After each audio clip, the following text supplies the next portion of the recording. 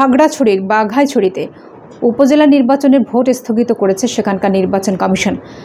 কেন সেখানকার ভোট স্থগিত করেছে সে বিষয়ে আমি আজকে কথা বলতে চাই। তার আগে এই সংক্রান্ত একটি রিপোর্ট করেছে মানবজমিন, সেটা একটু পড়ে নিয়ে আপনাদের সঙ্গে কথা বলছি। মানবজমিন হেডলাইন করেছে, ইউপিডিএফের অবরোধে বাঘাইছড়ি উপজেলায় ভোট স্থগিত। সুষ্ঠু এবং শান্তিপূর্ণ নির্বাচনের দাবিতে ইউনাইটেড পিপলস ডেমোক্রেটিক ফ্রন্ট ইউপিডিএফের ডাকা অবরোধের কারণে বাঘাইছড়ি উপজেলা পরিষদ নির্বাচনের ভোট স্থগিত করেছে নির্বাচন কমিশন।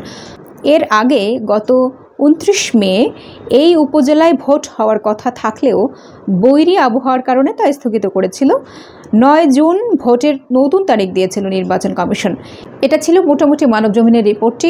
মানবজমিনের রিপোর্ট অনুযায়ী ওখানে ইউপিডিএফ এই অবরোধ কর্মসূচিটি পালন করেছে সুষ্ঠু এবং শান্তিপূর্ণ নির্বাচনের দাবিতে। যদিও অন্যান্য খবর অনুযায়ী জানা যাচ্ছে যে ইউপিডিএফ মূলত এই অবরোধটি ডাকেনি, অবরোধটি ডেকেছিল সেখানকার উপজেলা নির্বাচন সংক্রান্ত কোনো একটি কমিটি। সেই কমিটির অবরোধকে জনগণের পক্ষের শক্তি হিসেবে ইউপিডিএফ সমর্থন করেছে এবং ইউপিডিএফ সমর্থন জানিয়ে রাজপথে ছিলেন। আমরা যদি একটু লক্ষ্য করি তাহলে দেখব যে ইতিমধ্যেই উপজেলা নির্বাচন বিভিন্ন জায়গায় সংঘটিত হয়েছে এবং উপজেলা নির্বাচনের অবস্থাও জাতীয় নির্বাচনের থেকে ভিন্ন কিছু নয়। জাতীয় নির্বাচনে যেরকম কারচুপি হয়েছে, জনগণ খুব একটা ভোট দিতে যায়নি, ঠিক একই চিত্র কিন্তু আমরা বিভিন্ন জায়গায় দেখতে পেয়েছি উপজেলা নির্বাচনগুলোতেও। আমরা আরও একটু লক্ষ্য করলে দেখব, আমরা নিশ্চয়ই ভুলে যাইনি যে জাতীয় নির্বাচন যখন সম্পন্ন হয়েছিল সে সময়েও জনগণের ভোটাধিকারকে এখানে কেড়ে নিয়ে আওয়ামী লীগ সরকার তারা ক্ষমতা দখল করেছে। রাষ্ট্রীয় বিভিন্ন বাহিনীকে কাজে লাগিয়ে জনগণকে দমন করে, জনগণকে এক প্রকার কোণঠাসা করে, জনগণকে এই ভোটের অধিকার থেকে বঞ্চিত করে, জনগণকে একদম ভোট দিতে না আসায় বাধ্য করে তারপরে কিন্তু তারা এই রাষ্ট্র ক্ষমতাকে দখল করে শাসন কার্য পরিচালনা করছে। জনগণ যেভাবে এই ভোটকে বর্জন করেছিল তার সব থেকে বড় একটি নজির কিন্তু আমরা দেখেছিলাম পার্বত্য চট্টগ্রামে। সেখানে পার্বত্য চট্টগ্রামের সবগুলো কেন্দ্রতে শূন্য ভোট পড়েছে। সেখানকার মানুষ কেউই ভোট কেন্দ্রে ভোট দিতে চায়নি। এই যে সেখানকার মানুষ ভোট দিতে গেল না, কোনো মানুষই আসলে ভোট দিতে যায়নি, এর কারণ হচ্ছে যে সেখানকার মানুষ প্রতিনিয়ত লড়াই সংগ্রামের মধ্য দিয়ে তাদের জীবন অতিবাহিত করে। তারা সমতলের মানুষের থেকে কয়েক গুণ বেশি মাত্রায় নির্যাতন নিপীড়নের শিকার হন এবং প্রতিনিয়ত তাদের বেঁচে থাকার সংগ্রামটাকে জারি রাখতে হয়। আপনারা জানেন যে কয়েক মাস আগেই পাহাড়ের 4 জন ছাত্রনেতাকে হত্যা করা হয়েছে এবং এই যে পাহাড়ের 4 নেতাকে হত্যা করা হলো এর কারণে ছিল যে সেখানে পাহাড়ের যে মানুষ, সেই মানুষদেরকে সংগঠিত করে এই যে রাষ্ট্রীয় বিভিন্ন ধরনের অন্যায়, অত্যাচার, জুলুমের বিরুদ্ধে সেখানকার মানুষের যে মুক্তি, সেই মুক্তির আন্দোলনকে এগিয়ে নিয়ে যাওয়া। তো এই আন্দোলনের ধারাবাহিকতা থাকার ফলেই কিন্তু সেখানকার মানুষ তারা এই যে রাষ্ট্রীয়ভাবে যে দমনপীড়ন, যে নির্যাতন জনগণের উপর জারি থাকে সেটার প্রতিবাদে জাতীয় নির্বাচনে তারা ভোট বর্জন করেছিল এবং শতভাগ সেখানে সেই বিষয়টি কার্যকর হয়েছিল।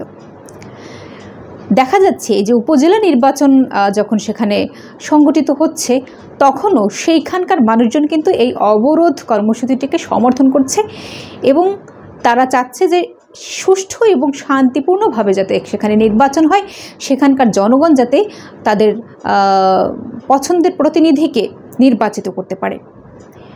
এই যে তারা অবরোধ কর্মসূচিটি পালন করলো, এমনি এমনি কিন্তু পালন করেনি।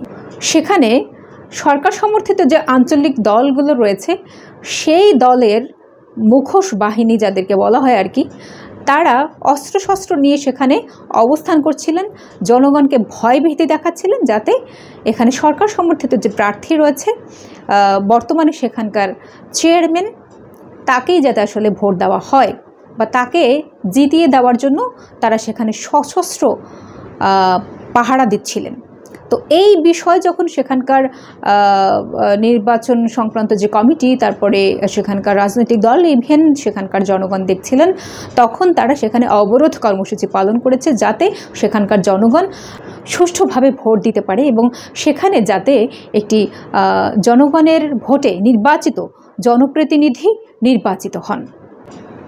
সো এই ঘটনা থেকে আমরা যেটা বুঝতে পারি সেটা হচ্ছে যে লড়াই সংগ্রাম ব্যতীত আসলে কোনো অধিকার এখানে আদায় করা সম্ভব নয়। পার্বত্য চট্টগ্রামের মানুষ যেরকম লড়াই সংগ্রাম করছে, এই যে বাঘাইছড়িতে তারা অবরোধ কর্মসূচি পালন করছে যাতে তারা সুষ্ঠুভাবে শান্তিপূর্ণভাবে ভোট দিতে পারে, ঠিক একই রকমভাবে যদি সমতলের জনগণ ঐক্যবদ্ধ হয়ে তাদের অধিকারের দাবিতে এরকম অবরোধ কিংবা অন্যান্য নানা উপায়ে আন্দোলন সংগ্রামটাকে জারি রাখতে পারে, তাহলে কিন্তু এখানে এই যে জনগণের ভোটাধিকার সেটা ফিরে পাওয়া সম্ভব, জনগণের একটি গণতান্ত্রিক সরকার এখানে প্রতিষ্ঠা করা সম্ভব।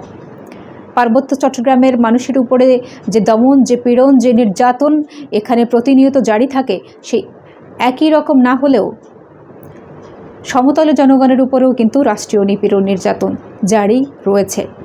পার্বত্য চট্টগ্রামের সঙ্গে সমতলের মানুষজন যদি ঐক্যবদ্ধ হয়ে এই নির্যাতন নিপীড়নের বিরুদ্ধে দাঁড়াতে পারে, তাহলেই কিন্তু এখানে শাসক শ্রেণী তারা কিন্তু পিছু হটতে বাধ্য। কাজেই পার্বত্য চট্টগ্রামের সেই বাঘাইছড়িতে যে সমস্ত লড়াকু জনগণ রয়েছেন, সেই জনগণের কাছ থেকে, যাদেরকে আসলে আমরা পিছিয়ে পড়া জনগোষ্ঠীর জনগণ বলি, তাদের কাছ থেকে আমাদের সাহস সঞ্চার করে এই বিদ্যমান নিপীড়নের বিরুদ্ধে লড়াইটা আসলে জারি রাখতে হবে। আপনাদের সকলকে ধন্যবাদ।